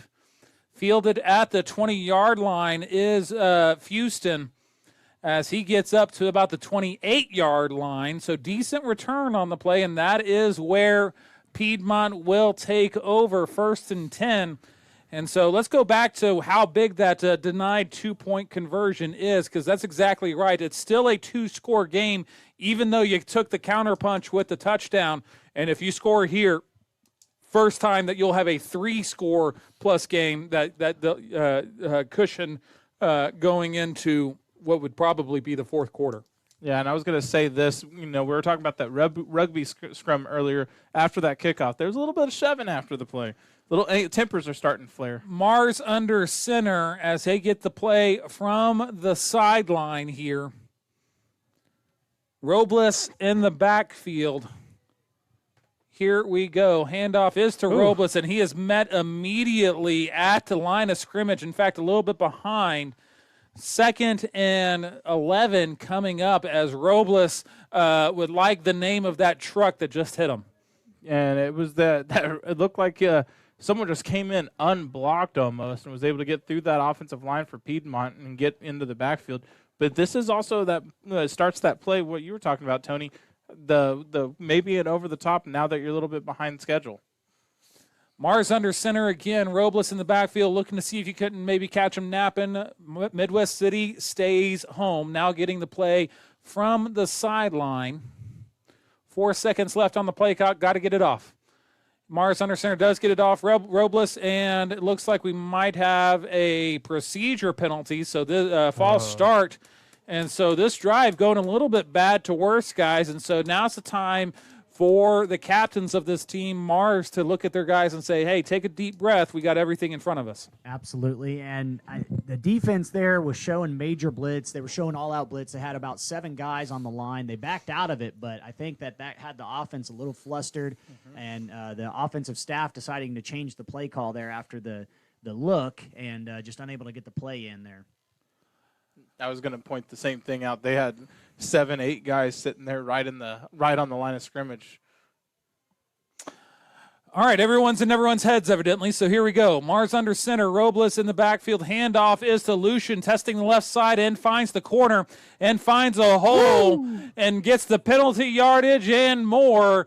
How about a 14-yard gain on the play? 2nd and 16 turns into 3rd and 2. I like that exchange. Yeah, they've been getting it all night long with that play right there in particular. All night long, you go up the middle. They're stacking the box. Okay, well that's fine. We're just going to take it to the outside, and we're going to make a man miss, and we're going to pick up the first down. Now you're in really, really good position after being way off schedule, 3rd down, and really short here. And especially with those defensive ends, those big defensive ends from Midwest City, making them have to run, that makes it to where they're just a little bit more tired each play at a time. Robles under center. Handoff is to Robles. Dives right into the scrum, and once again we see him falling forward. A gain of 2, which would have been enough for the first down, turns into a gain of 5 because these well-taught running backs always fall forward. Always fall forward and keep your legs moving. That's the one thing, Robles, we always see him falling forward and getting 1 or 2 extra yards on those dive forward plays. And Cannon Wood, you see him get hit, you never see his legs stop moving. 3:58 left in the third quarter, 1st and 10. Ball approaching midfield, ball at the 40, let's call it 3-yard line as the field and numbers begin to be a little bit more clear after. If you missed the first half, what you missed was effectively a snow globe. Yeah, and the Wildcats slowing things down a little bit here in the third quarter, letting that play clock move all the way down, start chewing up. This is the offense that we're normally used to seeing here, trying to go on a big, long drive. Has the play, Mars under center. Handoff is to Robles on the left side. Nothing doing as number 38. That is Keywan Landrum, the sophomore. Pretty excited about himself on that stop. 2nd and 10 coming up. Well, it's one of the first times they've been able to really stop Izzy from getting any extra yardage from anything. So, I guess small victories can be taught, but it was a good form tackle, I will say, for him. Yeah, and a big factor here as well with Midwest City already having to burn a timeout, only have 2 left, and Wildcats just content with working this clock down. 2:47 and counting. Pitch to the right side. That is Houston. Finds some room. Gets knocked down right at the marker. Looks like he's going to be about a half-yard short of the first down as he crosses into midfield. 3rd and short coming up. Yeah, and the Wildcats were looking for a penalty there as Marshall Wolverton, the center, was slung to the ground there after the play, but nothing going. They're going to signal first down, actually. Oh, they're going to give him. They gave him to him. All right. Yeah. We see you, Houston. Yeah, Jaden was able to get that first down. The line judge was there. It's like first down, and the other one's like, "Are you sure?" No, I'm telling you, it's a first down. Just move the sticks. Just do it. I told you Don't think. what to do. You have no brain. Think. Stop thinking. Mars under center. Robles in the backfield. Whitworth again. Keeping an eye on that, not necessarily conditions conducive to passing, but maybe all you need is one. So here we go. Yeah, and with just one, it makes those the 10 guys that are within 5 yards of the 5 yards of the line of scrimmage kind of sneak back a little bit, going, okay, maybe we have to watch out for this. Robles in the backfield again. Mars under center, and it is a keeper for Mars. Testing the right side, finds a hole, gets to the 3rd level. Gets 12 yards on the play, And Mars is having himself a game tonight, guys. Yeah, he is, and that was set up there by the big center, Marshall Wolverton. He got his payback there. We talk about punch, counter punch. He got slung down on the last play. He put his man, he pancake blocked him. He had him 10 yards down the field and eating a little bit of ice there. Yeah, that was just textbook offensive line. If we got a video of that, and if you're watching on Squirtle and you saw that, and you're an offensive lineman, and you want to see exactly how that was supposed to go, that's exactly how you do it as an offensive lineman. Mars under center again. Robles in the backfield. A prototypical Piedmont drive as they're chewing clock. Handoff is to Robles, testing the right side, breaks through arm tackles, cuts it back up into the third level. Gain of 6 on the play. 2nd and 4 coming up. And this is, I mean, if you looked up Piedmont offense right here, you're looking at an 8-minute drive that should end in points that just looks to steal the soul out of your opponent. Absolutely, especially with 1 minute left to go here in the third quarter and ticking. Yeah, they took the ball over with, 6 minutes left to go in the third quarter, and so they're going to get to the fourth quarter and possibly into the fourth quarter on this drive. I have a feeling this might be the last play, or no, we're going to have one more. Mars under center, Robles in the backfield, designed run, shakes off a tackle, and then dives forward for a gain of 2. I tell you what, Mars just basically threw that tackler off like the armband that he threw off right before the play. Absolutely. Yeah. He's Mars is playing with passion. I mean, it's Mars, Izzy, and Cannon. They're all three of those are coming up, and they're trying to impose their will on this Midwest City team. There's about it's a half a second. If you look at it, it's about a half-second difference between game clock and play clock. And I would imagine that we have seen the last play of the third quarter, especially confirmed here as Piedmont's making their way to the sideline. So, ladies and gentlemen, throw your playoff 4s in the sky. Fourth quarter coming up. Piedmont up 45-35. Crossover Radio Sports Talk with a Purpose, simulcast on Squirtle. We will see you on the other side for fourth quarter action. Stick around. Now is the time to protect your family with Pioneer Smart Wi-Fi. Internet security is becoming more of a fear every day. Protect your family against malware, viruses, intrusions, cyber attacks, and more. Modern internet deserves modern security. Get the best of both worlds with Pioneer in-home Wi-Fi and the Smart Wi-Fi app. Download the Pioneer Smart Wi-Fi app today or visit gopioneer.com for more information.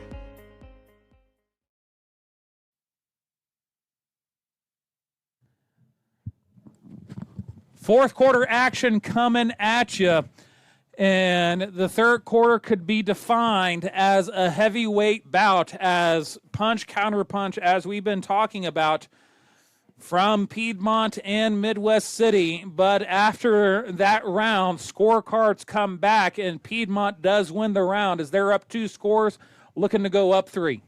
Yeah, and coming out of that, they got a manageable third down here. You're in plus territory. You're probably got 2 plays here to get 4 yards. I was going to say, seeing how we're not going for point afters anymore, seeing plant feet going down on this, as you keep on talking about the ice skating rink, this is definitely a 4-down territory. I mean, you're at the 28-yard line, and I don't know if our kicker has the distance of the 52 or no 42. Yeah. Well, I mean, not on an ice skating rink. The Oklahoma City Blazers rink down there. Yeah. Mars under center, and it is a design run from Mars as he hurdles a guy to the 20-yard line, and Mars is showing some fire, some passion, and absolutely putting this team on his back in this third and fourth quarter. He almost landed that hurdle, too, and if he did, he would have been in the end zone. But, man, what a play from Mars there. The one thing I have noticed from this year, the hurdles aren't getting – I mean, I always thought hurdles in high school football were a penalty. Well, they definitely got called last week on the one hurdle. So. Yeah, but, I guess unless it's like I'm knee guessing tackle. They're just saying that, hey, that was a chop tackle kind of thing. Yeah. And, I mean, he couldn't help but do a little pirouette in the air. Yeah.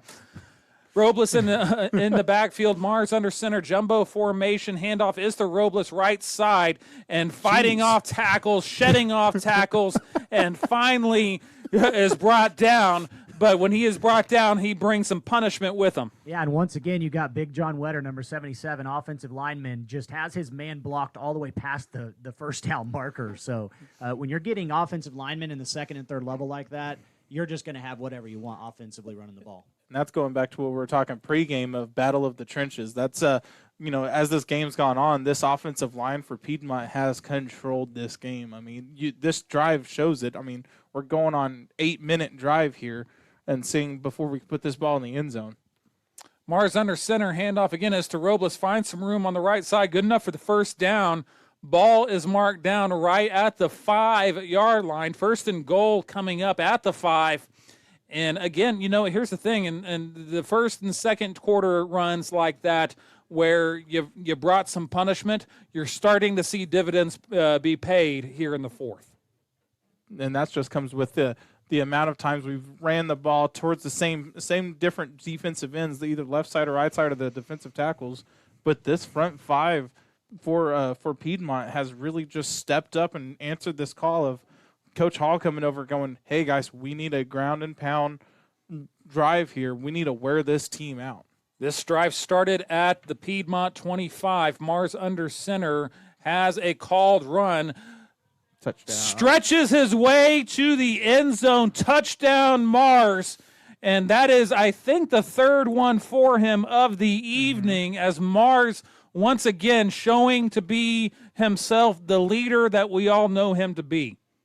He's just doing stuff that we haven't really seen him do a lot. I mean, we've seen him run the ball. We haven't seen him run the ball this amount of times and putting his body on the line and taking hits. He's going at hits, and for your quarterback, you don't want them to get that many hits. But I think Josh Mars just told Coach Hall and company on that side saying, nah, I'm fine, Coach. I got this, yo.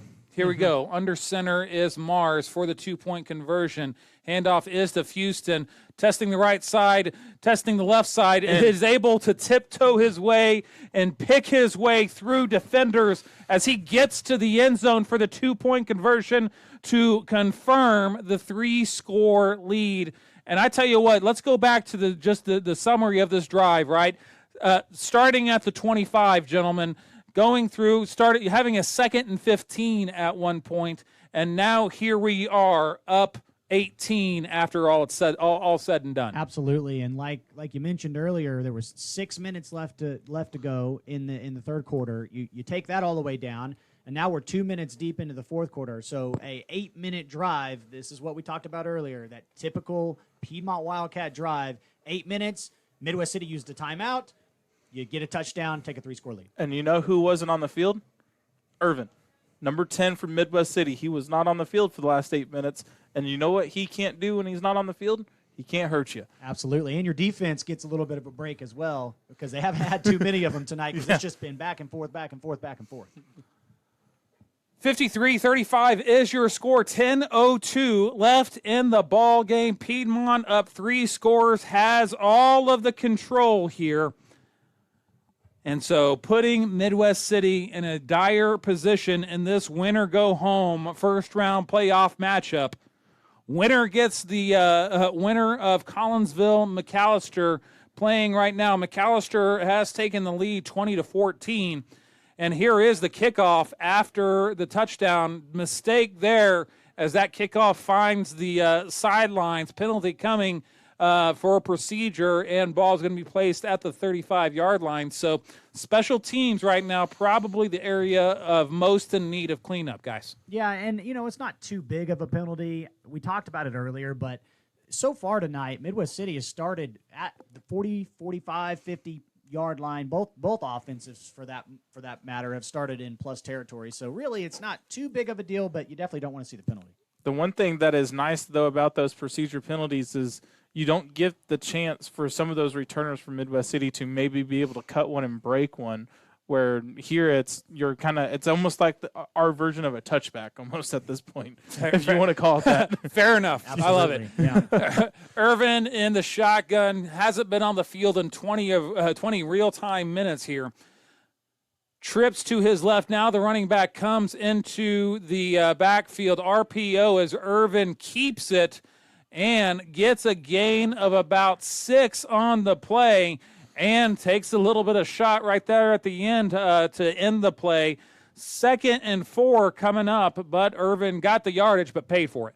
Yeah, that was Brogan Hardy on the tackle on that one. And these linebackers for Piedmont are really stepping up this second half. Trips to his left, Irvin in the shotgun, and a designed run looking at the right side, picking his way, gain of 2 on the play. And it looks like at this point it's just going to be the Irvin show, as it's either RPO or designed run for Irvin. Maybe some breaks as they hand it off to Woody or Laviolette. But, I mean, they're going to put it into their senior quarterback's hands. Here we go.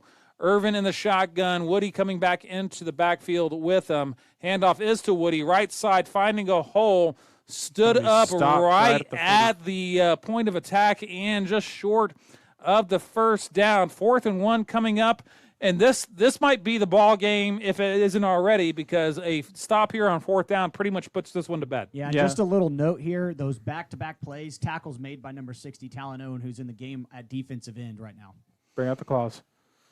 You're scared of the claw. Trips to his left. Irvin in the backfield as well, putting a Laviolette in the backfield with him. And a false start, so 4th and 1 turns into 4th and 6. And so we will take it. And again, this 4th down is crucial, probably even the key if Midwest City even wants to have a chance at a comeback. Yeah, this is you're running out of chances, especially with Piedmont being able to have a 5+ minute drive. You're running out of chances if you don't get a score on this drive. Trips to his left. Irvin in the backfield. 4th and 6. Need the first down to keep hope alive. Irvin designed run, looking at the left side and finds some room, and he does get the first down. Needed 6, got 8, as Irvin was able to set up his blockers and pick his way for the first down. And that was a nice patient run there. He sat in the backfield for like a good maybe 5 seconds, waited for the blocks to develop, and then got the first down. Yeah, that was a very smart run by the senior for Irvin on that play. Laviolette in the kind of a wing T background and now is brought into the backfield with Irvin. Shotgun formation, RPO, handoff to Laviolette, testing the right side, and then he fails those tests as a full slew of tacklers led by Anglin and Wood pushes him out of bounds for a loss. They're going to call it, call it 3? Yeah. And that was that Tyson Binford and Cannon Wood on that Tyson was the first man of contact on that play, but Cannon Wood was able to come and help finish it out with some friends. Irvin in the backfield with Laviolette, RPO, testing the left side Irvin as he picks his way to the original line of scrimmage where Cannon Wood has told everyone that will be enough of that. I know we were looking for a penalty there, but I'll take that. For the most part, the refs have been pretty fair, I believe, on both sides of the ball. Yeah. And then there's been a lot of just kind of let them play. I mean, it's sloppy field conditions, so I have a feeling unless it's just completely and utterly blatant, and they have to call it. I mean, there was Tyson Binford did get turned around on that play, but Cannon Wood said, "Don't worry, kid, I got you." 3rd and 11 coming up. Trips to his right is for Irvin. Designed run to the right. Makes a move in the center. Gets a gain of about 8 on the play. That's going to bring up maybe less than that. Let's call it. That's going to be maybe close 7. To 7 or 8 yards. It's going to be 4th and a long 4. If I'm saying it's 4th and 5, but I mean, we don't even know. It's 4th and that much. If there was a yellow line, it's right there. Another big opportunity here. Another big 4th down here, and Midwest City has to go all in here and get some luck on some onside kicks. Here we go. Irvin in the backfield, twins on either side. There it is. Yeah. And how about a procedure penalty from Midwest City? 4th and 5 turns into 4th and 10, and it is Jacob Brunson, number 71 for Midwest City. I think he thought it was an audible whenever it was he was down there in his stance, and I think he thought it was an audible, and he turned completely around, and he was the only one that turned around. Yeah, second time that's happened on this drive. Wildcats have to take advantage here. Twins on either side. Let's call it 4th and 9 as they get lined up for this crucial 4th down play for both teams. Here we go. Looking to pass here, and it is completed. Oh, dropped pass.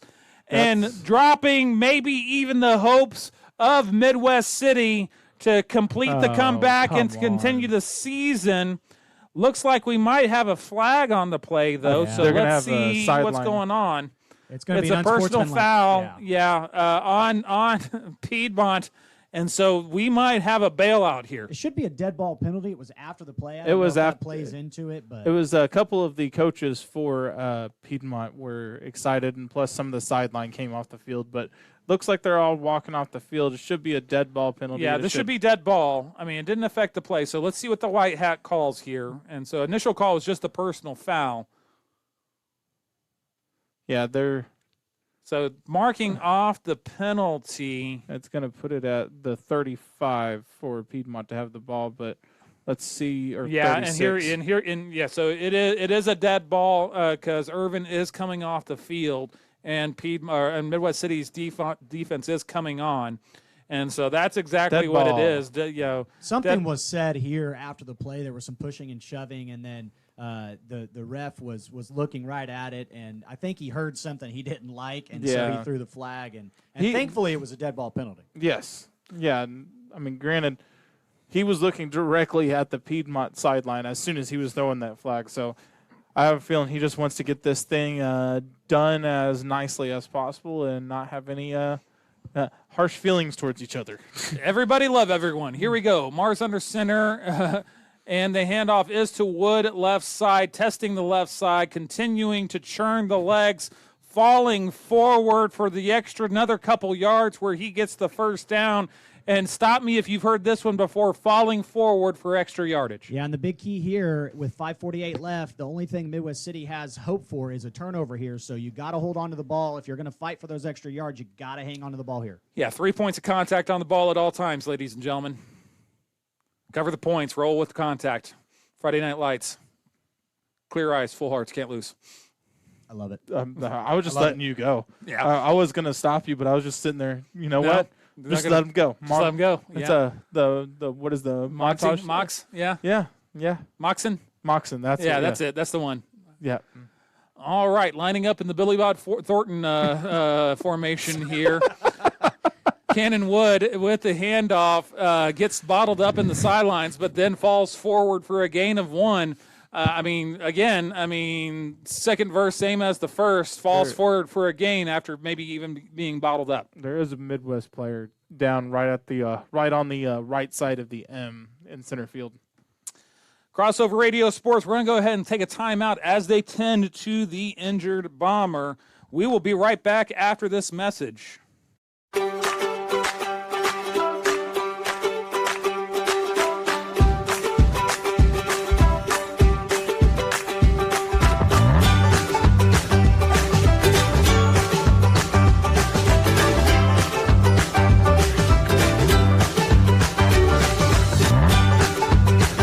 Stream with Oklahoma's #1 high school streaming service, Squirtle.tv.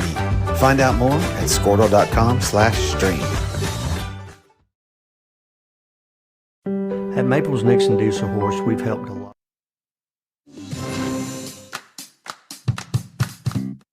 of people, and our goal was to treat each and every person like a friend. And as a friend, we've got your back always.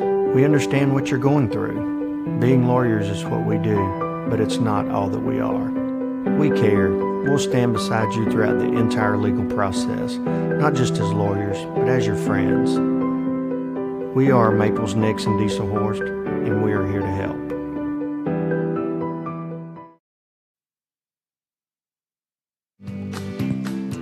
Injured Bomber Lamont Reynolds, the senior, walking off gingerly with a little bit of assistance on under his own power. So good to see that as we get ready for this second down play. And so here we go, guys. I mean, at this point, we talked about a little bit. This is all about ball security and just making sure that you finish this game smartly. Yeah, a couple first downs here, and you definitely put it away. So 5:10 and counting left in the ball game. Mars under center with Wood in the backfield. Now looking to the sideline. has to play, and so here we go. 12 seconds left on the play clock. Mars kind of just standing right up tall, going to snap this with a little bit of time left. Wood on the right side, lowers his shoulder and has a collision right there about 4 yards after getting the handoff. Third, and let's call it six. I'd say about 6. Yeah, that's one of the few times tonight he's been stopped. A nice tackle there from Josiah Johnson, listed as a 5'9", 150-pound athlete, sophomore for the Bombers. Wow. Go get him, young buck. Jesus. Wow. That was a full body tackle for him. I mean, and listen, he stunned him. I mean, he got that stunner, right? So Mars under center, 6 seconds left on the play clock, 4:10 and counting. Trying to get the cheap fire. And timeout for Piedmont. Go ahead and burn that timeout on a 3rd and 6 play, as they are absolutely looking to just milk this clock for all it's worth. Staying here, guys. And so, I mean, we've seen a lot of really good things, and I mean, the value now here, again, getting out of this game without any injuries or anything like that, but more than that, the confidence that you have to have going into next week's game for the second week of the playoffs, I mean, that has to be invaluable. Yeah, the momentum is the biggest thing you have to go.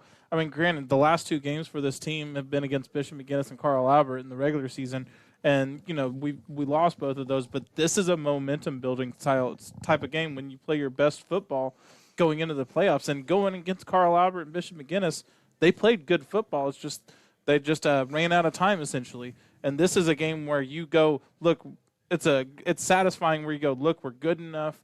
This is what we can do, and this is what we can build on. Yeah, like you mentioned, both of those games, the final scores were not indicative of how both of those games went. Wildcats had a chance to win both of those games for sure. Yeah. Mars under center now as they get lined up. 4:06 left in the ball game. Wood in the backfield with them. Designed run for Mars, looking to take the convoy, and there he goes to the 20, to the 10. Josh Mars, how about the slide into second?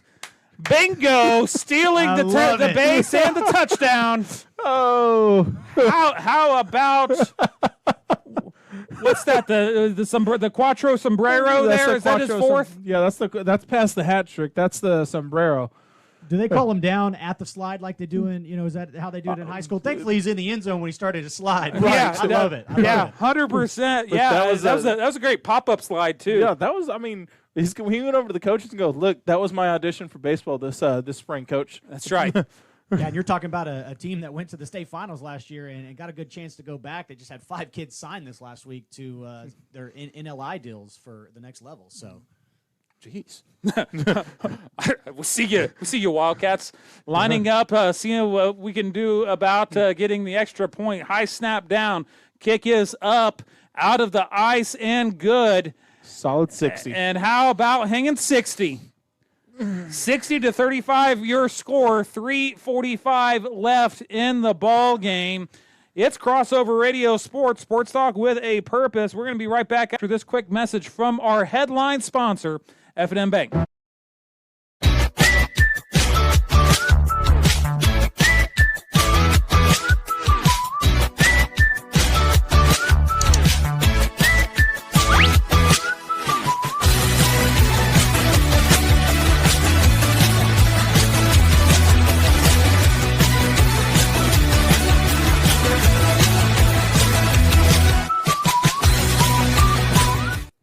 3:45 left until we punch our ticket to the second round.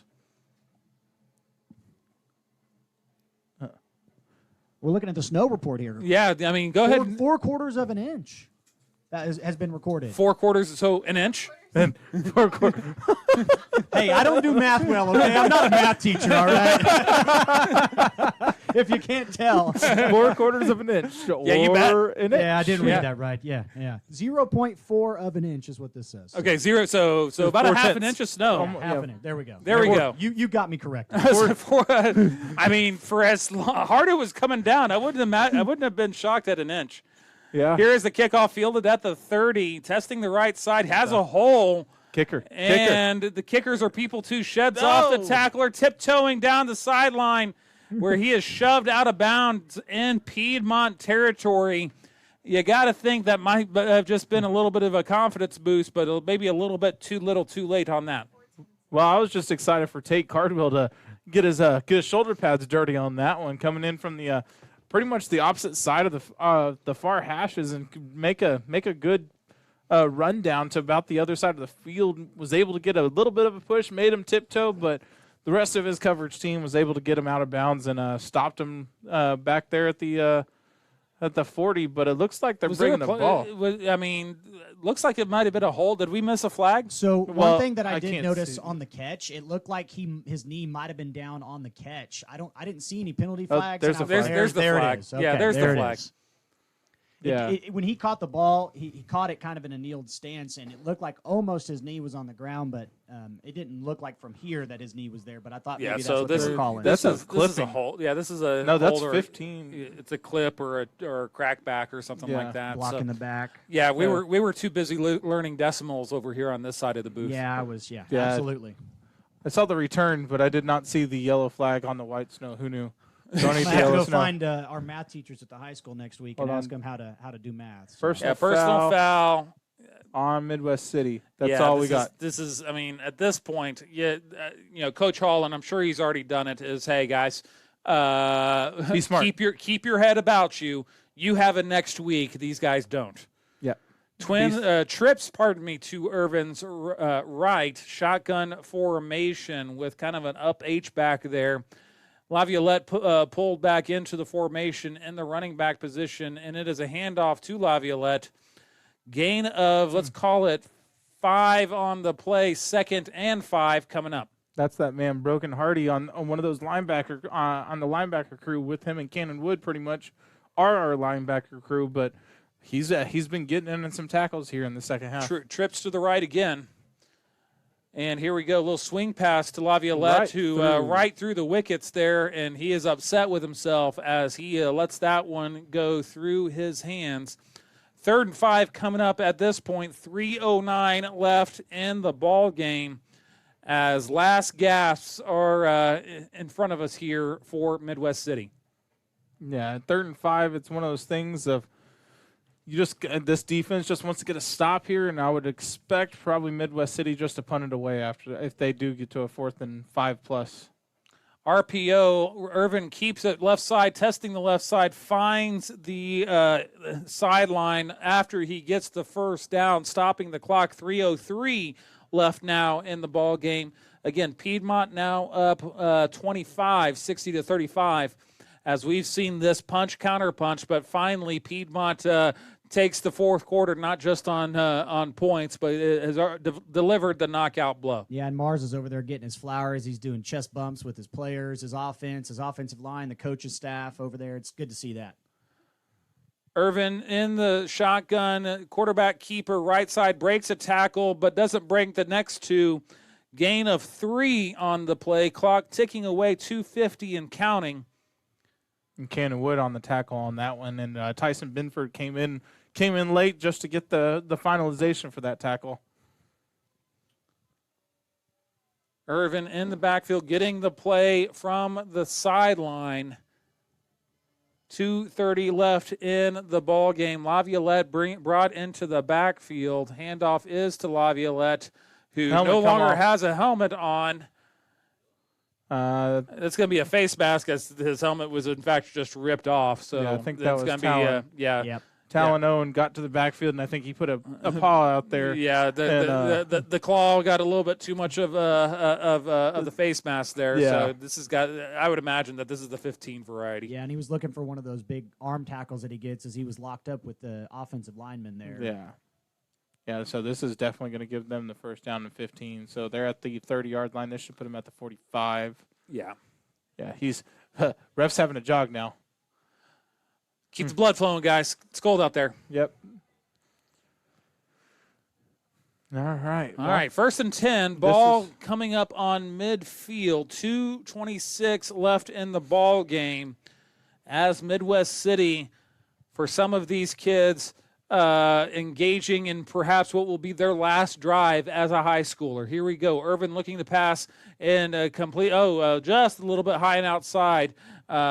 Intended receiver was Gamel Maxwell, tight end, the senior. Going to bring up 2nd and 10 coming up. Yeah, and that I just want to say Ryder Jones was the one that was in the backfield trying to disrupt that pass, and he's kind of been the menace on this defensive line tonight. He's been the one that's kind of getting a lot of the into the backfield type of plays. Whenever Irvin does have a chance to step back and maybe throw it, he's getting some good penetration to the backfield. Irvin in the back, shotgun RPO to Laviolette as he is stuffed in the backfield right at the line of scrimmage, 3rd and 10. And I tell you what, this Piedmont defense starting to just start teeing off on these runs. Yeah, big Brogan Hardy, like you mentioned. That was a man tackle right there. Yeah, that was that's whenever you back in the summer, whenever you're hitting those pads in the heat of the day, where your coaches is going, "I'll wrap them up," and Brogan just showed you that's how you wrap tackle, boys. I got this. Twins on either side for Irvin, 3rd and 11. 140 and counting left here. Back to pass, looking to his right, looking, now scrambling, buying time, looking downfield, and now takes it and runs. Ducks out of bounds. Let's see where they mark it. Very close to the first down marker. Looks like, yeah, you're right. He's going to be about a yard short, stopping the clock at 1:28 left here. And so here we go, 4th and 1. As this defense maybe looking to say, hey, guys, let's go ahead and stop them one more time so we can get off the field. And a bit of a hold there. The ref was about to pull the flag out, but he was reaching. He couldn't find it. And he said, oh, it's all right. Yeah, you saw that too? Yeah, I did. Yeah, you saw that. You're going, where's the did I leave it somewhere? Yeah, because if you don't have the flag accessible, it's no longer a penalty. Yeah. Trips to his left, 4th and 1. Here we go. Irvin designed run on the option, fakes the pitch, and gets absolutely leveled at the 40-yard line. He got the first down. He got the first down. Yeah, I mean that got the first down, but Cannon Wood said, "I'll let you get the first down." Just this one. Some first downs are just a little bit more expensive, though. Yeah, the Cannon Wood. That's all I can say about that hit. Oh, that made me giggle. Irvin in the shotgun, Laviolette in the backfield with him. Back to pass is Irvin. Little screen play that's well set up, maybe even some illegal men downfield. But yeah, I was kind of saying the same thing. Yeah, when you're center and guard, a little bit of extracurriculars and that's flags everywhere here as a little bit of dead ball. Something on that. You can see Coach Hall and staff on the other side waving their kids to their side of the ball. Midwest coaches are literally at the hash mark going, knock it off. Are you serious? Both right coaching now? staffs on the field right now. Yeah. It's a Little League football happening right now. But I'd look for maybe offsetting I was going to say this is probably an offset. Cannon Wood and I couldn't see who the second player was, but whenever he's running to the outside, almost the sideline, it looked like the jersey got pulled a little bit harder than normal. And so that was one of those things where he got down kind of hard. I mean, could be maybe a horse collar tackle, but the Midwest City players on the field took offense to it and wanted to voice their displeasure. Yeah, no, they wanted to further debate the relative merits of that particular tackle, and so Coach Hall wisely bringing his kids over to their side of the ball. Yeah, took a timeout there. Yeah. Mm-hmm. Yeah, this is they're just going over it. So they haven't talked to the Midwest City coaching staff, but they are going to go talk to Coach Hall first, I guess. But I think they were talking to him when they were on this side of the field here. I mean, I think we're going to get the call here momentarily. Yeah, but it might also be one of those things now that it's starting to get chippy with less than a minute. Him just going, hey, let's just end this quietly. Let's just. Well, I think the White Hat's also saying, hey, you guys have it next week. Let's not do something where I have to kick a kid out and all of a sudden he's not available next week. Yeah, we had the hand up for a dead ball. Yeah, so here's the dead ball. It is a personal foul on Piedmont. Dead ball, personal foul, Midwest City. Penalties, that offsets. So second down. Yeah, good for us. Look at that. Look at that. It's like we're in the ref's head now. We're in our heads here, but man, we're everywhere. We're all around you. Got Cerebro up here. I'm telling you. All right. Oh, get the Cyclops going next. All right. Professor X in the shotgun formation. Twins on either side. Back to pass for Irvin. And pump fake and has a man looking to do a kind of an over-under.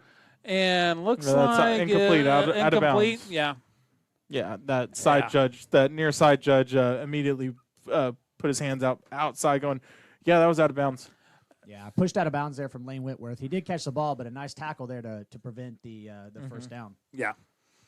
And that's a number we haven't called much tonight. It's number 24, Mr. Whitworth. But with the not a lot of opportunities though. Here we go. Yeah, that's gonna. Yeah, here we go. Third. Looks like we might have had some kind of procedure. I think it's gonna be offsides. Offsides. Kel Kaufman jumped off there. Yeah. And offsides. First down. Yeah, 49 seconds left. And here's the thing. I mean, Irvin senior, a lot of seniors on this Midwest City offense here. You got to think just to send them off. Oh, false start. I mean, that was number 14 on the false start. William Broyles on that one.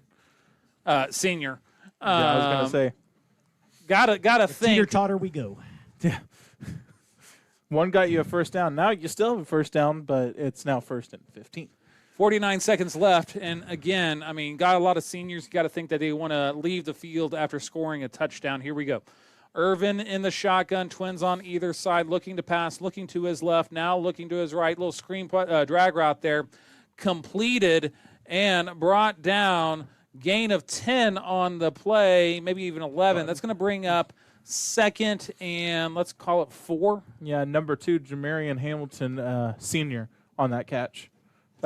Irvin pushing his guys up to the line to get this hurry-up offense with 30 seconds left.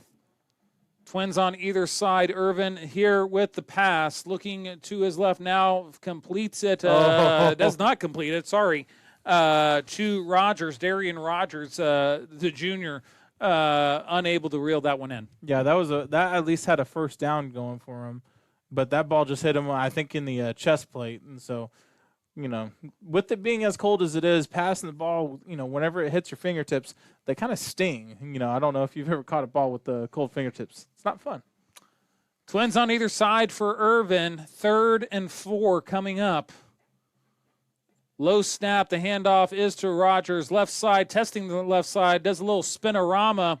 First down. Clock's going to stop with the first down. Would not be surprised if Midwest City takes one of their last 2 timeouts. Or they're going to go hurry up and then clock the ball. Mm-hmm.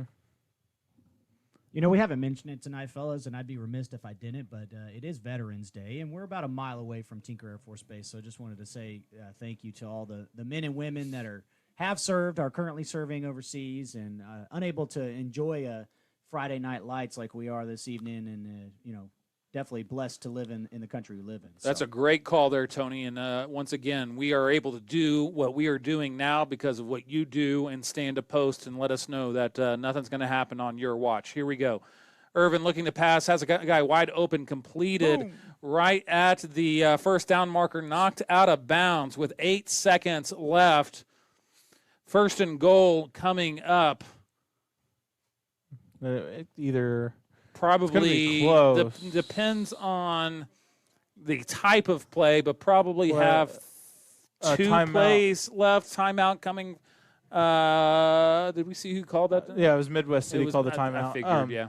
The one thing I also wanted to say that was really cool today about as you were talking about being Veterans Day, listen to the halftime show from Midwest City. They played all the different branches, and they're pretty much their alma mater songs of sorts. Right. And it was fun for me being, a band guy. And sure, as there's a couple of people here, and it made me kind of go, as we keep on talking about, we get to do this because of what they do for us. And it's, and Tinker's literally, we can almost look out the window and see it from here. Yeah. No, C-130s fly over this field. Right. Every 20 to 25 minutes. and rattle the windows. And AWACS. AWACS, yeah. No, 100%. And so blessed with a strong veteran and active duty population here in the greater Oklahoma City area, especially here in Midwest City with Tinker just being around the corner. 8 seconds left. You got to think maybe 2 plays left here in the ball game, and 2 plays left for the seniors on Midwest City. Irvin in the shotgun, trips to his right.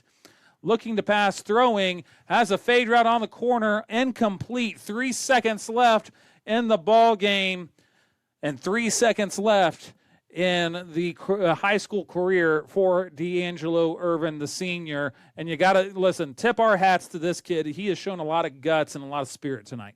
Yeah, he's been pretty much that third quarter where he was pretty much running up and down the field, running away from Piedmont players, and that also the second quarter, he just had a bunch of big runs against this team, and he's a great kid, great player. Trips to his right, and it is a completion. There and go. You know Good what? for Wyatt. Ending his career with a touchdown pass is D'Angelo Irvin. A tip of the hat to him as they do a wheel route to Darian Rogers, who finally is able to reel one in after a couple incompletions. Yeah.